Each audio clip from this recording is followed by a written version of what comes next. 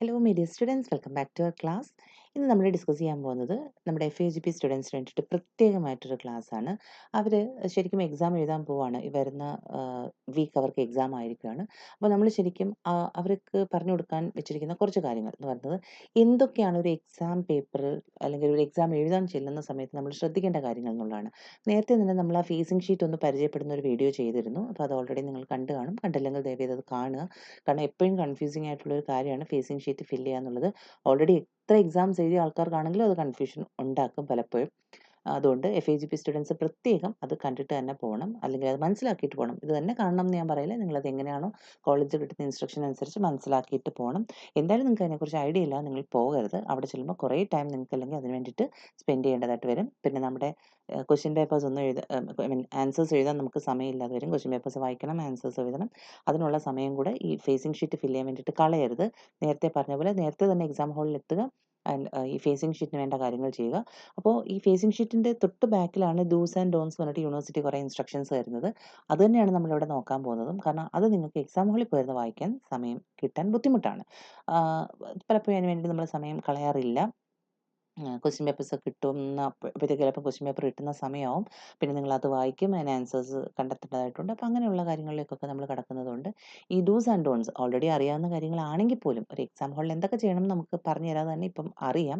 ഒത്തിരി എക്സാംസൊക്കെ നമ്മൾ എഴുതിയതുകൊണ്ട്. പക്ഷേ എന്നാലും യൂണിവേഴ്സിറ്റി കുറച്ച് കാര്യങ്ങൾ പറയുന്നുണ്ട്. അതൊന്ന് ഓർത്ത് വെച്ചിട്ട് പോകുന്നത് നല്ലതായിരിക്കും.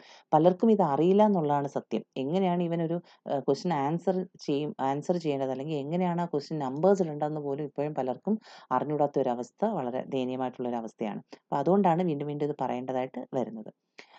ഇവിടെ FAGP സ്റ്റുഡൻസ് ശ്രദ്ധിക്കേണ്ട ഒരു കാര്യം, യൂണിവേഴ്സിറ്റി തരുന്ന ഇൻസ്ട്രക്ഷൻസ് സെയിം തന്നെയാണ്. നേരത്തെ കുട്ടികൾക്ക് കൊടുത്തിട്ടുള്ള അതേ ഇൻസ്ട്രക്ഷൻസ് തന്നെ തരുന്നത്. ഒന്നാമത്തെ ഒരു കാര്യം എന്ന് പറയുന്നത് യൂണിവേഴ്സിറ്റി നമ്മളോട് പറയുന്ന ഒരു പ്രധാനപ്പെട്ട റീസൺ ഡൂസിനകത്ത് വരുന്നതാണ്. എന്ത് ചെയ്യാം, ഡൂസും ഡോൺസും പറയുന്നുണ്ട്. അപ്പോൾ ഒന്നാമത്തെ കാര്യം, നമ്മൾ നേരത്തെ തന്നെ ചെയ്ത വീഡിയോയിൽ ഫേസിംഗ് ഷീറ്റ് പരിചയപ്പെട്ടപ്പോൾ നമ്മൾ കണ്ടിരുന്നു. അതിനകത്ത് നമുക്ക് പ്രോഗ്രാം കോഡോ മന്ത് ആൻഡ് ഇയർ അങ്ങനത്തെ കുറേ കാര്യങ്ങൾ എഴുതാനുണ്ട്. കോഴ്സ് കോഡ് അങ്ങനത്തെ കുറേ ഡീറ്റെയിൽസ് വരും. ഈ പറഞ്ഞ ഡീറ്റെയിൽസ് ഒക്കെ ഇപ്പോൾ നിങ്ങൾക്ക് മുൻപുള്ള കുട്ടികൾ ചെയ്തതിൽ നിന്ന് FAGP സ്റ്റുഡൻസിനുള്ള ഒരു വ്യത്യാസം എന്ന് പറയുന്നത്, അപാർ ID ആണ് നിങ്ങളിപ്പം ഫോളോ ചെയ്യേണ്ടത്. നിങ്ങൾക്ക് കാൻഡിഡേറ്റ് കോഡ്, രജിസ്റ്റർ നമ്പർ അങ്ങനെയൊന്നും പറഞ്ഞിട്ടുണ്ടാവില്ല. അപ്പോൾ നിങ്ങൾ അപാർ ID ഓൾറെഡി നിങ്ങളുടെ കയ്യിൽ ഉണ്ടാവും. അപ്പോൾ അത് എഴുതണം. അത് എഴുതേണ്ട സ്പേസിൽ എഴുതണം. ഇവിടെ പറഞ്ഞിരിക്കുന്ന കാര്യങ്ങളും അങ്ങനെ തന്നെയാണ്. അതിപ്പോൾ പ്രോഗ്രാം കോഡ് ആണെങ്കിലും ഈ പറഞ്ഞ കാര്യങ്ങളെല്ലാം നിങ്ങളുടെ ഹോൾ ടിക്കറ്റിൽ ഉണ്ടാവും. നിങ്ങൾ അതിനെക്കുറിച്ച് ഒന്നും വറി ചെയ്യേണ്ട. പിന്നെ ബാക്കിയുള്ളത് നമ്മുടെ ക്വസ്റ്റ്യൻ പേപ്പറിൽ കാണും. ക്വസ്റ്റ്യൻ കോഡോ അങ്ങനെയൊക്കെ ആണെങ്കിൽ അതൊക്കെ ക്വസ്റ്റ്യൻ പേപ്പറിൽ കാണും. പിന്നെ പേപ്പറിൻ്റെ പേര് കാണും. അപ്പോൾ ഇതിനെക്കുറിച്ചൊന്നും നമ്മൾ വറി ചെയ്യേണ്ട ആവശ്യമില്ല. എല്ലാം നമ്മുടെ കയ്യിൽ തന്നെ ഉണ്ടാവും. നമ്മൾ ചെല്ലുമ്പോൾ തന്നെ നമ്മുടെ ഹോൾ ടിക്കറ്റിലോ നമ്മുടെ ക്വസ്റ്റ്യൻ പേപ്പറിലോ ഒക്കെ അത് നമുക്ക് കിട്ടും. നമ്മൾ അന്നേരം പ്രോഗ്രാം കോഡ് ഉണ്ടെങ്കിൽ അത് എഴുതുക, മന്ത് ആൻഡ് ഇയർ എഴുതുക, നമുക്കറിയാം. കോഴ്സിൻ്റെ പേരെന്താണെന്ന് എഴുതുക, നമ്മുടെ രജിസ്റ്റർ നമ്പർ അതിന് പകരം ഇവിടെ നമ്മൾ പറഞ്ഞു അപാർ ID ആണ് എഴുതാനുള്ളത്. പിന്നെ date and time of examination, ഇതൊക്കെ അതാത് തന്നിരിക്കുന്ന സ്പേസുകളിൽ എഴുതുക എന്നുള്ളതാണ് ആദ്യം ശ്രദ്ധിക്കേണ്ട ഒരു കാര്യം. ഈ ഫേസിംഗ് ഷീറ്റിൽ ഇതിനെല്ലാം സ്പേസ് ഉണ്ടാവും. അവിടെ നമ്മൾ ഈ പറഞ്ഞ കാര്യങ്ങളൊക്കെ എഴുതുക. അതാണ് നമ്മുടെ പ്രയോറിറ്റി, ആദ്യം നമ്മൾ ചെയ്യേണ്ട ഒരു കാര്യം.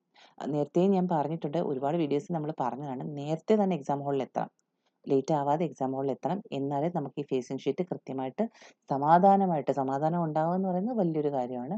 നേരത്തെ എക്സാം ഹാളിലെത്തി ഒന്ന് റിലാക്സ് ചെയ്ത് പതുക്കെ നമുക്ക് ഈ കാര്യങ്ങളൊക്കെ ഫില്ല് ചെയ്തിട്ട് ചെയ്യാവുന്നതേ ഉള്ളൂ. അല്ലാതെ താമസിച്ചൊക്കെ നമ്മൾ എത്തുകയാണെങ്കിൽ ഓൾറെഡി നിങ്ങൾക്ക് അറിയാമല്ലോ, എക്സാം ടൈം അറിയാം. അതിനെക്കുറിച്ച് നമ്മൾ നേരത്തെ ഡിസ്കസ് ചെയ്ത ടൈം ടേബിൾ അറിയാം, ടൈം അറിയാം. പിന്നെ എന്തിനാണ് ഡിലേ ആവുന്നത്? എത്രയും നേരത്തെ കോളേജിലെത്താമോ അത്രയും നേരത്തെ എത്തി സെറ്റിൽ ആവുക. നേരത്തെ ഫുഡൊക്കെ കഴിച്ചു, ഉച്ചയ്ക്കാണ് എക്സാം തുടങ്ങുന്നതെങ്കിൽ നേരത്തെ ഫുഡൊക്കെ കഴിച്ച് സെറ്റിൽ ആവുക. നിങ്ങൾ എക്സാം ഹാളിലേക്ക് പോവുക എന്നുള്ളതാണ് നമ്മൾ ചെയ്യാനുള്ള പ്രധാനപ്പെട്ട കാര്യം. അതിനുശേഷം ഈ പറഞ്ഞ കാര്യങ്ങൾ നമുക്ക് ഫേസിംഗ് ഷീറ്റ് കിട്ടുമ്പോൾ നമ്മൾ ചെയ്യണം. രണ്ടാമത്തെ കാര്യം ക്വസ്റ്റ്യൻ നമ്പേഴ്സിൻ്റെ കാര്യം. അത് മെയിൻ ആണെങ്കിലും സബ്പാർട്സ് ഉണ്ടെങ്കിലും ഒക്കെ തന്നെ ഇതെല്ലാം നമ്മൾ ലെഫ്റ്റ് സൈഡിലാണ്, മാർജിൻ്റെ ലെഫ്റ്റ് സൈഡിലാണ് നമ്മൾ ഇടേണ്ടത്. ക്വസ്റ്റ്യൻ നമ്പേഴ്സ് എന്ന് പറയുന്നത് ലെഫ്റ്റ് സൈഡിലാണ് ഇടേണ്ടത്. മറ്റെന്തെങ്കിലും നമ്പർ നമുക്ക് കൊടുക്കാനുണ്ടെങ്കിൽ അതാണ് പറഞ്ഞിരിക്കുന്നത്, other numbering required in the answers should be given to the right hand side of the margin എന്ന് പറയുന്നു. ബാക്കി എന്തെങ്കിലും നമ്പേഴ്സ് നമുക്ക് കൊടുക്കാനുണ്ടെങ്കിൽ അതെല്ലാം റൈറ്റ് ഹാൻഡ് സൈഡിലേക്ക് വേണം മാറ്റി ഇടാനായിട്ട്. ക്വസ്റ്റ്യൻ നമ്പേഴ്സ് മാത്രം, നമ്മൾ ക്വസ്റ്റ്യൻ നമ്പേഴ്സ് ആണ് ഉറപ്പായിട്ടും മാർജിൻ്റെ ലെഫ്റ്റ് ഹാൻഡ് സൈഡിൽ ഇടേണ്ടത്. നമുക്കറിയാം എവിടെയാണ് ക്വസ്റ്റ്യൻ നമ്പർ എവിടെ ഇട്ടിട്ടാണ് നമ്മൾ എഴുതി തുടങ്ങുന്നത് എന്നുള്ളത് നമുക്ക് ഓൾറെഡി അറിയാവുന്ന കാര്യമാണ്. മൂന്നാമത് നമ്മൾ ശ്രദ്ധിക്കേണ്ട ഒരു കാര്യം, question numbers are to be written as in the question paper. കൃത്യമായിട്ടും പലപ്പോഴും ആൾക്കാർക്ക് മാറിപ്പോകുന്നത് ഇതാണ്, ക്വസ്റ്റ്യൻ നമ്പേഴ്സ് ഇടുമ്പോൾ മാറിപ്പോകും. നമ്മൾ കെയർലെസ്സായിട്ട് ചെയ്യുന്നതുകൊണ്ടാണ് പലപ്പോഴും അത് പെട്ടെന്ന് ആ തിടുക്കത്തിൽ ചെയ്യുമ്പോൾ സംഭവിച്ചു പോകുന്ന ഒരു കാര്യമാണ് ക്വസ്റ്റ്യൻ നമ്പേഴ്സ്. ക്വസ്റ്റ്യനിലുള്ള പോലെ ക്വസ്റ്റ്യൻ നമ്പേഴ്സ് ഇടുക. നമ്മൾ കൃത്യമായിട്ട് ആൻസർ എഴുതുകയും ക്വസ്റ്റ്യൻ നമ്പർ മാറിപ്പോവുകയും ചെയ്താൽ എന്ത് ചെയ്യും? ഒരു പ്രയോജനവും അതുകൊണ്ടില്ല. നമ്മൾ എത്ര വൃത്തിയായിട്ട് അത് എഴുതിയാലും ആൻസർ എഴുതിയാലും നമുക്കതിൻ്റെ മാർക്ക് കിട്ടാനുള്ള സാധ്യത അവിടെ വളരെ വിരളമാണ് ശരിക്കും പറഞ്ഞാൽ. ഭയങ്കര ഒരു റിസ്ക്കാണ് ശരിക്കും പറഞ്ഞാൽ അങ്ങനെ. സോ ഒരു ആവർത്തിയോ രണ്ടാവർത്തിയോ നിങ്ങൾ ആ ക്വസ്റ്റ്യൻ നമ്പർ ഒന്ന് നോക്കി കൺഫേം ചെയ്യുക. ക്വസ്റ്റ്യൻ നമ്പർ അത് തന്നെയാണോ എന്നുള്ളത്. എന്നിട്ട് അത് തന്നെ നമ്മുടെ ആൻസർ പേപ്പറിൽ ഇടാൻ ശ്രമിക്കണം. വേണമെങ്കിൽ ഈ കാണിച്ചിരിക്കുന്ന പോലെ question numbers may be written inside A circle എന്ന് പറയുന്നുണ്ട്. ക്വസ്റ്റ്യൻ നമ്പേഴ്സ് ഒന്ന് ഒരു ക്വസ്റ്റ്യൻ നമ്പർ ഇട്ടിട്ട് 9 എന്ന് പറഞ്ഞിട്ട് അവിടെ സർക്കിൾ ചെയ്തേക്കുന്നത് കണ്ടോ? അപ്പം ഇതേപോലെ വേണമെങ്കിൽ നിങ്ങൾക്ക് ഇടാം ക്വസ്റ്റ്യൻ നമ്പേഴ്സ് എന്ന് പറയുന്നത്. അപ്പോൾ ആ ക്വസ്റ്റ്യൻ നമ്പേഴ്സ് ഒന്ന് അതിൽ നിന്ന് ഡിസ്റ്റിങ്വിഷ് ചെയ്ത് നമുക്ക് അറിയാൻ വേണ്ടിയിട്ടാണ് അങ്ങനെ ചെയ്യാനായിട്ട് പറയുന്നത്. പിന്നെ നമ്മൾ ശ്രദ്ധിക്കേണ്ട ഒരു കാര്യം എന്ന് പറഞ്ഞാൽ ഇപ്പോൾ കോഴ്സ് കോഡ് എന്ന് പറയുന്നത്. കോഴ്സ് കോഡ് ആ കോളംസിൽ നമ്മൾ എഴുതുക എന്നുള്ളതാണ്. ഇപ്പം EN1111.1 എന്നാണെങ്കിൽ ഇത് പഴയ വെച്ചിട്ടാണ് പറഞ്ഞേക്കുന്നത്. ബട്ട് സ്റ്റിൽ ഒരു എക്സാമ്പിളായിട്ട് നിങ്ങൾക്ക് ഇത് എടുക്കാം. ഇപ്പം EN1111.1 എന്നാണെങ്കിൽ ഈ കാണിച്ചിരിക്കുന്ന പോലെ വേണം നമ്മൾ എഴുതാൻ. ഒരു പോയിന്റ് എന്ന് പറയുന്ന ഒരു സ്പേസ് അവിടെ നമ്മൾ കൊടുക്കണം. അല്ലാതെ EN1111 എന്ന് അടുപ്പിച്ചങ്ങ് എഴുതി വെക്കരുത്. ആ പോയിന്റിനാണ് നമ്മൾ ആ സ്പേസ് അവിടെ കൊടുത്തേക്കുന്നത്. ആ സ്പേസ് ഇട്ടാണ് അതിൽ കൊടുത്തിരിക്കുന്നതെങ്കിൽ അത് അങ്ങനെ തന്നെ എഴുതണം. ഒരു സ്പേസ് ഇട്ട് തന്നെ ബോക്സസിൽ നമ്മൾ എഴുതേണ്ടതായിട്ടുണ്ട്. അതാണ് ഈ കാണിച്ചിരിക്കുന്നത്. പിന്നീട് ശ്രദ്ധിക്കേണ്ട ഒരു കാര്യം രജിസ്റ്റർ നമ്പർ, അതായത് അപാർ ഐഡിയാണ് നമ്മളിവിടെ കൊടുക്കുന്നത്. അത് ഫിഗേഴ്സിലും വേർഡ്സിലും എഴുതുന്ന സമയത്ത് നമ്മൾ ഈ കാണിച്ചിരിക്കുന്ന പോലെ ഇപ്പോൾ register number in figures, in words അങ്ങനെ കൊടുത്തിട്ടുണ്ട്. അത് ഇതിൽ പഴയ സിസ്റ്റം വെച്ചിട്ട് യൂണിവേഴ്സിറ്റി കാണിച്ചിരിക്കുകയാണ്. പ്രോഗ്രാം കോഡും കാൻഡിഡേറ്റ് കോഡുമാണ് 2 പാർട്ടാണ് അതിന് വരുന്നത്. നിങ്ങൾ അപാർ ഐ ഡി എങ്ങനെയാണോ അത് അതേപോലെ തന്നെ എഴുതുക. രജിസ്റ്റർ നമ്പറിൻ്റെ സ്പേസിൽ അപാർ ഐ ഡി അതുപോലെ ഓരോ ബോക്സിലും എഴുതുക. ഇൻ കേസ് ഒരു ഡിജിറ്റ് തെറ്റിപ്പോയാൽ അതിൻ്റെ പുറത്തിട്ട്, നേരത്തെ നമ്മൾ വീഡിയോയിൽ പറഞ്ഞത്, പുറത്തിട്ട് ഇങ്ങനെ കറുപ്പിച്ചുകൊണ്ടിരിക്കാതെ അത് വെട്ടി കൃത്യമായിട്ട് കാണാൻ പറ്റുന്ന പോലെ ആ ബോക്സിൻ്റെ മുകളിലേക്ക് എഴുതിയാലും കുഴപ്പമില്ല. ഈ ബോക്സിലിട്ട് നിങ്ങളിങ്ങനെ കറുപ്പിച്ചുകൊണ്ടിരുന്നാൽ നമുക്കത് കാണാനായിട്ട് പറ്റില്ല, വായിക്കാനായിട്ട് പറ്റില്ല. മാർക്ക് ഇടുന്ന സമയത്ത് അത് ഭയങ്കര ബുദ്ധിമുട്ടുണ്ടാക്കും. അതേപോലെ അത് ഫിഗേഴ്സിൽ എഴുതി കഴിഞ്ഞാൽ വേർഡ്സിലും താഴെ ഈ കാണിച്ചിരിക്കുന്ന പോലെ, നേരത്തെ നമ്മൾ ജസ്റ്റ് ഒന്ന് പറഞ്ഞതാണ് മുമ്പ് ചെയ്ത വീഡിയോയിൽ ഫേസിംഗ് ഷീറ്റ് ഫില്ല് ചെയ്യുന്ന കാര്യം പറഞ്ഞപ്പോൾ. ഈ കാണിച്ചിരിക്കുന്ന പോലെയാണ്. 1 ഉണ്ടെങ്കിൽ ONE എന്ന വേർഡ്സിൽ എഴുതുക. 2 ആണെങ്കിൽ TWO. അപ്പം അങ്ങനെ നമ്മൾ കൃത്യമായിട്ട് നമ്മൾ എഴുതിയിരിക്കുന്ന അപാർ ഐ ഡി വേർഡ്സിലും എഴുതുക. എല്ലാ നമ്പേഴ്സും അതേപോലെ വേർഡ്സിലും എഴുതി കാണിക്കണം. അപ്പോൾ അതാണ് നമുക്ക് അവിടെ ശ്രദ്ധിക്കാനുള്ള ഒരു കാര്യം. പിന്നെ നമ്മൾ ശ്രദ്ധിക്കാനുള്ള ഒരു കാര്യം എന്ന് പറഞ്ഞാൽ, ഇപ്പോൾ ഇവിടെ രജിസ്റ്റർ നമ്പറിനെ കുറിച്ചാണ് പറയുന്നത്. അപ്പോൾ ഇവിടെ പറഞ്ഞിരിക്കുന്നത് all the 9 digits of the register number should be mentioned wherever register number is to be referred. Register number, അതായത് ഇവിടെ നിങ്ങൾ മനസ്സിലാക്കേണ്ട ഒരു കാര്യം, അപാർ ഐ ഡി എവിടെയെങ്കിലും ചോദിക്കുന്നെങ്കിൽ ആ എല്ലാ ഡിജിറ്റ്സും അതിനകത്ത് എഴുതണം. ആദ്യത്തെയോ അവസാനത്തെയോ ഒന്നും നമ്പർ മാത്രമൊന്നും എഴുതി വെച്ച് കളയരുത്. നിങ്ങളുടെ ക്വസ്റ്റ്യൻ പേപ്പറിൽ ഈ പറഞ്ഞ പോലെ, നമുക്ക് മുമ്പും ഡിഗ്രി സ്റ്റുഡൻസിന് അറിയാം, ക്വസ്റ്റ്യൻ പേപ്പറിൽ അവരോട് പേരും പേരും അവരുടെ കാൻഡിഡേറ്റ് കോഡും എഴുതാൻ പറയും. അപ്പോൾ പലപ്പോഴും ആൾക്കാർ ഇങ്ങനെ ലാസ്റ്റ് ഡിജിറ്റ്സ് മാത്രമൊക്കെ എഴുതുന്ന കണ്ടിട്ടുണ്ട്. അപ്പോൾ അത് തെറ്റാണെന്ന് ഞാൻ പറയാറുമുണ്ട്. ഈ പറഞ്ഞ പോലെ ഫുൾ അത് എഴുതുന്നതാണ് നല്ലത്. പിന്നെ ചിലപ്പോൾ ആ സമയത്ത് കുട്ടികളെ ടെൻഷൻ ആക്കണ്ടെന്ന് വെച്ചു, പക്ഷേ ക്ലാസ്സിലൊക്കെ എപ്പോഴും പറഞ്ഞു കൊടുക്കുന്ന ഒരു കാര്യമാണത്. പലപ്പോഴും നമ്മൾ ഡിസ്കസ് ചെയ്തിട്ടുള്ള ഒരു കാര്യമാണ്. നമ്മൾ കൃത്യമായിട്ട് അത് എഴുതാൻ ശ്രമിക്കുക എന്നുള്ളൊരു കാര്യം. ദെൻ അടുത്തൊരു കാര്യം എന്ന് പറയുന്നത്, നമുക്കറിയാം നമ്മൾ റെഡ് ഒന്നും ഉപയോഗിക്കാറില്ല എഴുതാനായിട്ട്. കുട്ടികൾ റെഡോ അല്ലെങ്കിൽ ഗ്രീനോ ഒന്നും പലപ്പോഴും, അതൊക്കെ വാല്യൂഷന് വേണ്ടിയിട്ട് ഉപയോഗിക്കുന്ന കളേഴ്സാണ്. എഴുതാൻ വേണ്ടിയിട്ട് നമുക്ക് ഈസി ആയിട്ട് അറിയാവുന്ന ഒരു കാര്യം, ബ്ലൂ അല്ലെങ്കിൽ ബ്ലാക്ക് ഇങ്ക് ഉപയോഗിച്ച് എഴുതുക എന്നുള്ളത് നമുക്കറിയാവുന്ന ഒരു കാര്യമാണ്. അടുത്ത കാര്യം 7 എന്ന് പറയുന്നത്, answers are to be written inside the margin, don't leave lines blank. പലപ്പോഴും ആൾക്കാർ ചെയ്യുന്ന ഒരു കാര്യം, ഒരു ആൻസർ എഴുതിയിട്ട് ഒരു 2-3 സ്പേസ് വിട്ടൊക്കെ അടുത്ത ആൻസർ എഴുതുന്നതായിട്ട് കാണാം. അതിൻ്റെ ആവശ്യം ശരിക്കുമില്ല. ടീച്ചേഴ്സിന് കൃത്യമായിട്ട് അത് ഡിഫറൻഷ്യേറ്റ് ചെയ്യാൻ പറ്റും. നിങ്ങൾ എഴുതുന്ന ക്വസ്റ്റ്യൻ നമ്പർ ഇടുന്നുണ്ടല്ലോ, അപ്പോൾ 6th ക്വസ്റ്റ്യൻ കഴിഞ്ഞാൽ 7 ആണ്, 7th നമ്പർ ഇട്ടാൽ അവിടെ തൊട്ട് ആൻസർ ആണെന്ന് അറിയാം. വെറുതെ ഈ സ്പേസ് കൂട്ടാൻ വേണ്ടി, പേജസ് കൂട്ടാൻ വേണ്ടിയിട്ടൊന്നും നമ്മളിങ്ങനെ ലൈൻസ് ഒക്കെ ബ്ലാങ്ക് ഇട്ടിട്ട് എഴുതേണ്ട ആവശ്യമൊന്നുമില്ല. ഈ മാർജിനകത്ത് തന്നെ എഴുതാൻ ശ്രമിക്കുക. മാർജിൻ ഓൾറെഡി ഉണ്ടാവും പേപ്പറിൽ. അപ്പം 4 സൈഡ് നമുക്കിങ്ങനെ അറിയാം, കവർ ചെയ്തിട്ട് കിട്ടും. പിന്നെ വീണ്ടും അതിനകത്ത് ആൾക്കാർ മാർജിനൊക്കെ ഇടും. ഞാൻ കുട്ടികളോട് ക്ലാസ്സിൽ പറയുന്ന ഒരു കാര്യം. പിന്നെ ചില ആൾക്കാർ കിട്ടുമ്പോൾ തന്നെ 4 സൈഡും അങ്ങ് മടക്കി അവരുടേതായിട്ടുള്ള മാർജിനൊക്കെ ഉണ്ടാക്കും. അതിൻ്റെ ഒന്നും ഒരാവശ്യമില്ല. പേജസ് കൂടുന്നതിനനുസരിച്ച് മാർക്ക് ഇടുന്ന സിസ്റ്റം ഒന്നും ഒരിടത്തും ഇല്ല. നിങ്ങൾ കണ്ടന്റ് എഴുതുന്നുണ്ടോ ഇല്ലയോ എന്നുള്ളതാണ് കാര്യം. അപ്പോൾ അത് എഴുതാൻ ശ്രമിക്കുക എന്നുള്ളതാണ്. ലൈൻസ് ബ്ലാങ്ക് ഇടാതിരിക്കാൻ മാക്സിമം ശ്രദ്ധിക്കുക. ദെൻ അഡീഷണൽ ഷീറ്റ്സോ ഗ്രാഫ്സോ അങ്ങനെ എന്തെങ്കിലുമൊക്കെ ഷീറ്റ്സൊക്കെ നിങ്ങൾ യൂസ് ചെയ്യുന്നുണ്ടെങ്കിൽ ഇതിനെല്ലാം മെയിൻ ബുക്കുമായിട്ട് വളരെ സെക്യൂറായിട്ട് നമ്മൾ ടൈ ചെയ്യണം. അതിനുള്ള ട്വൈനും നമുക്ക് ക്ലാസ് റൂമിൽ കിട്ടും. നമ്മൾ കൊണ്ടുവരേണ്ട ആവശ്യമൊന്നുമില്ല. ഇതും നമുക്ക് കോളേജിൽ നിന്ന് തരുന്നുണ്ട്. അപ്പം ഈ ആൻസർ ഷീറ്റ്സിൻ്റെ കൂടെ തന്നെ നമുക്ക് വേണമെങ്കിൽ അഡീഷണൽ സീറ്റ്സ് വേണമെങ്കിൽ അത് കിട്ടും.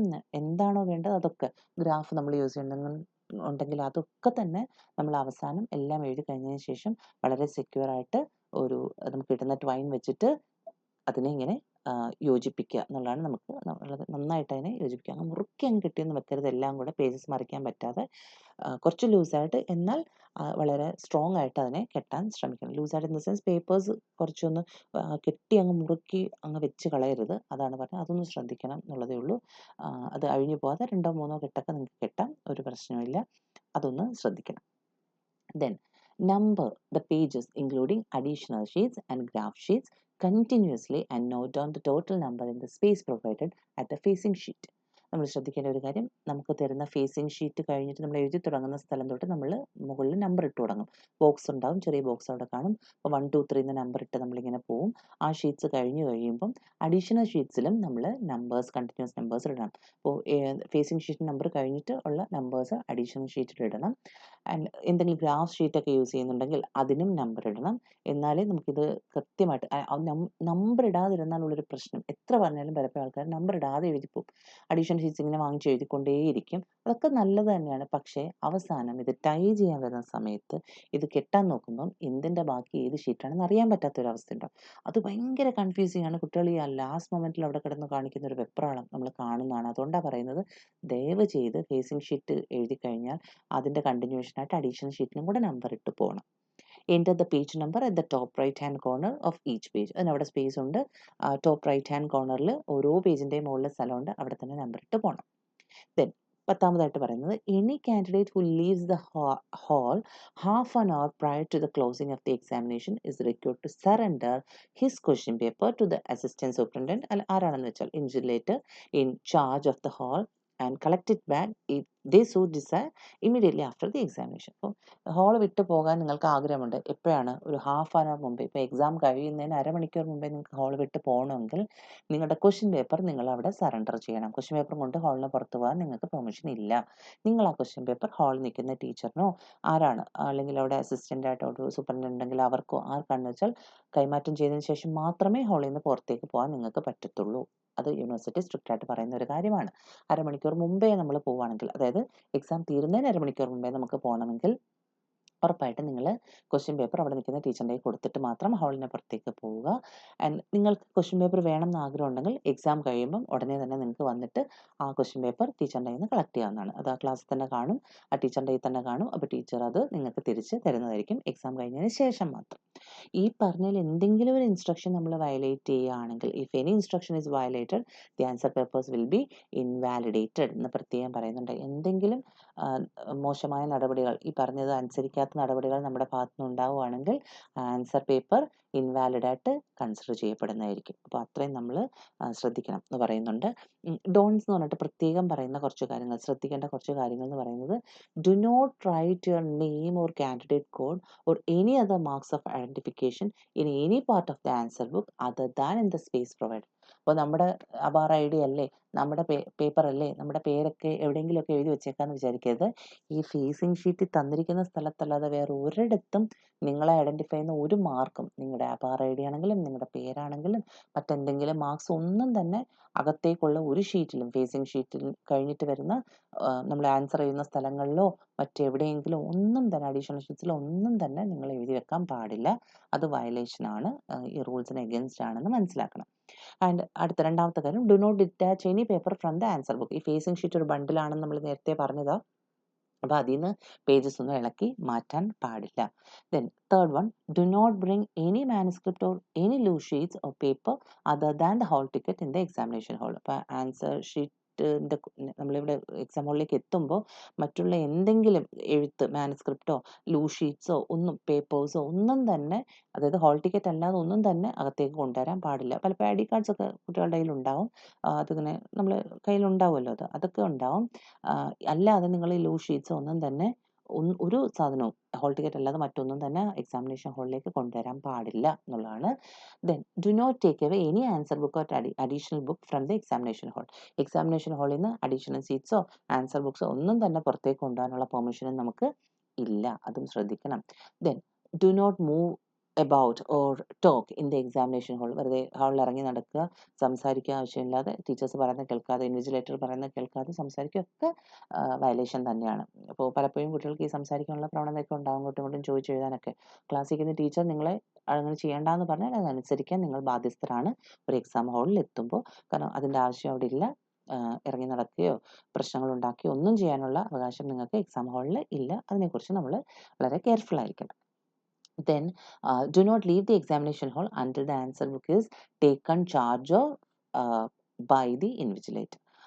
ഇപ്പോൾ ക്ലാസ് നിൽക്കുന്ന ടീച്ചർ കയ്യിൽ പേപ്പർ കൊടുക്കാതെ, നിങ്ങളുടെ ആൻസർ ഷീറ്റ് കൊടുക്കാതെ നിങ്ങൾക്ക് എക്സാം ഹാളിൽ നിന്ന് ഇറങ്ങിപ്പോകാൻ പറ്റില്ല. അപ്പോൾ നിങ്ങൾ എന്തെങ്കിലും എഴുതിയാലും ഇല്ലെങ്കിലും ശരി, നിങ്ങൾക്ക് ഇത് ടീച്ചറിനെ ഏൽപ്പിക്കാതെ എക്സാം ഹാളിലേക്ക് പുറത്തു പോകാൻ പാടില്ല എന്നുള്ളതാണ്. ശ്രദ്ധിക്കേണ്ട ഒരു കാര്യം. പിന്നെ അടുത്തത് നമ്മൾ ചെയ്യാറില്ല, സാധാരണ കുട്ടികളൊന്നും ചെയ്യുന്ന ഒരു കാര്യമല്ല, do not smoke in the examination hall എന്നുള്ളതാണ്. എക്സാമിനേഷൻ ഹാളിൽ സ്മോക്ക് ചെയ്യാൻ പാടില്ല എന്ന് പറയുന്നു.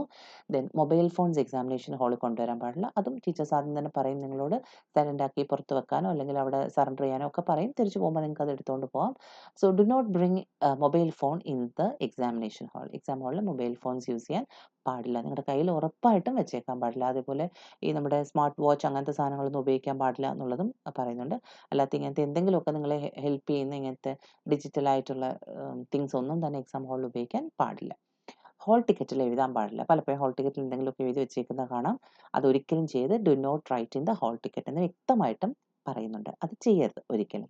Then do not write any details other than register number and name in the question paper. ഇപ്പോൾ മറ്റുള്ള ഒരു ഡീറ്റെയിൽസും, രജിസ്റ്റർ നമ്പർ ഇവിടെ അപാർ ഐ ഡി അല്ലാതെ മറ്റൊന്നും തന്നെ നിങ്ങളോട് പറയുന്നുണ്ട്. നിങ്ങളുടെ രജിസ്റ്റർ നമ്പറും പേരുമാണ് ക്വസ്റ്റ്യൻ പേപ്പർ എഴുതാൻ പറയുന്നത്. ഇപ്പോൾ പുതിയ FAGP സ്റ്റുഡൻസിനും അങ്ങനെ പറയുന്നുണ്ടെങ്കിൽ അത് മാത്രം എഴുതുക. അല്ലാതെ ഒരിക്കലും മറ്റൊരിടത്തും നിങ്ങളുടെ ഒരു പേഴ്സണൽ ഡീറ്റെയിൽസും നിങ്ങൾ എഴുതാൻ പാടില്ല എന്നുള്ളതാണ് യൂണിവേഴ്സിറ്റി നമ്മളോട് കൃത്യമായിട്ട് പറയുന്ന ഒരു ഇൻസ്ട്രക്ഷൻ എന്ന് പറയുന്നത്. അപ്പം ഇത്രയും കാര്യങ്ങളാണ് മെയിനായിട്ട് നമ്മൾ ശ്രദ്ധിക്കേണ്ടത്. നിങ്ങൾക്കറിയാം എക്സാം ഹാളിൽ എന്തൊക്കെ ചെയ്തുകൂടാ എന്നുള്ളത്. പലപ്പോഴും ഇത് വായിക്കാൻ നമുക്ക് ടൈം കിട്ടാറില്ല. അതുകൊണ്ടാണ് ഈ കാര്യങ്ങൾ. നിങ്ങളിപ്പോൾ എക്സാം എഴുതാനായിട്ട് പോകുന്ന കുട്ടികൾക്ക്, പ്രത്യേകിച്ചും യൂണിവേഴ്സിറ്റി എക്സാമിലേക്ക് പോകുമ്പോൾ ഒരുപാട് സംശയങ്ങളുണ്ടാവും. നമ്മൾ ഓൾറെഡി ഫേസിംഗ് ഷീറ്റ് ഫില്ല് ചെയ്യുന്നതിനെക്കുറിച്ച് ഒരു വീഡിയോ ചെയ്തതാണ്. ഞാൻ പറഞ്ഞു, നിങ്ങൾ അതിനെക്കുറിച്ച് അവയർനെസ് ഉണ്ടാക്കിയിട്ട് മാത്രമേ എക്സാം ഹാളിലേക്ക് പോകാവുള്ളൂ. അല്ലെങ്കിൽ അവിടെ ചെന്നിട്ട് നിങ്ങൾക്ക് ഭയങ്കര കൺഫ്യൂസിങ് ആയിരിക്കും ഇങ്ങനത്തെ കാര്യങ്ങൾ പറഞ്ഞത്. കാരണം ഓൾറെഡി നമുക്ക് അറിയത്തില്ല. അപ്പോൾ അതുകൊണ്ടാണ് പറയുന്നത്, അതൊക്കെ കണ്ടിട്ട് മാത്രം പോവുക, അല്ലെങ്കിൽ മനസ്സിലാക്കിയിട്ട് പോവുക. നമുക്ക് അടുത്ത വീഡിയോ ആയിട്ട് വീണ്ടും കാണാം. Thank you so much.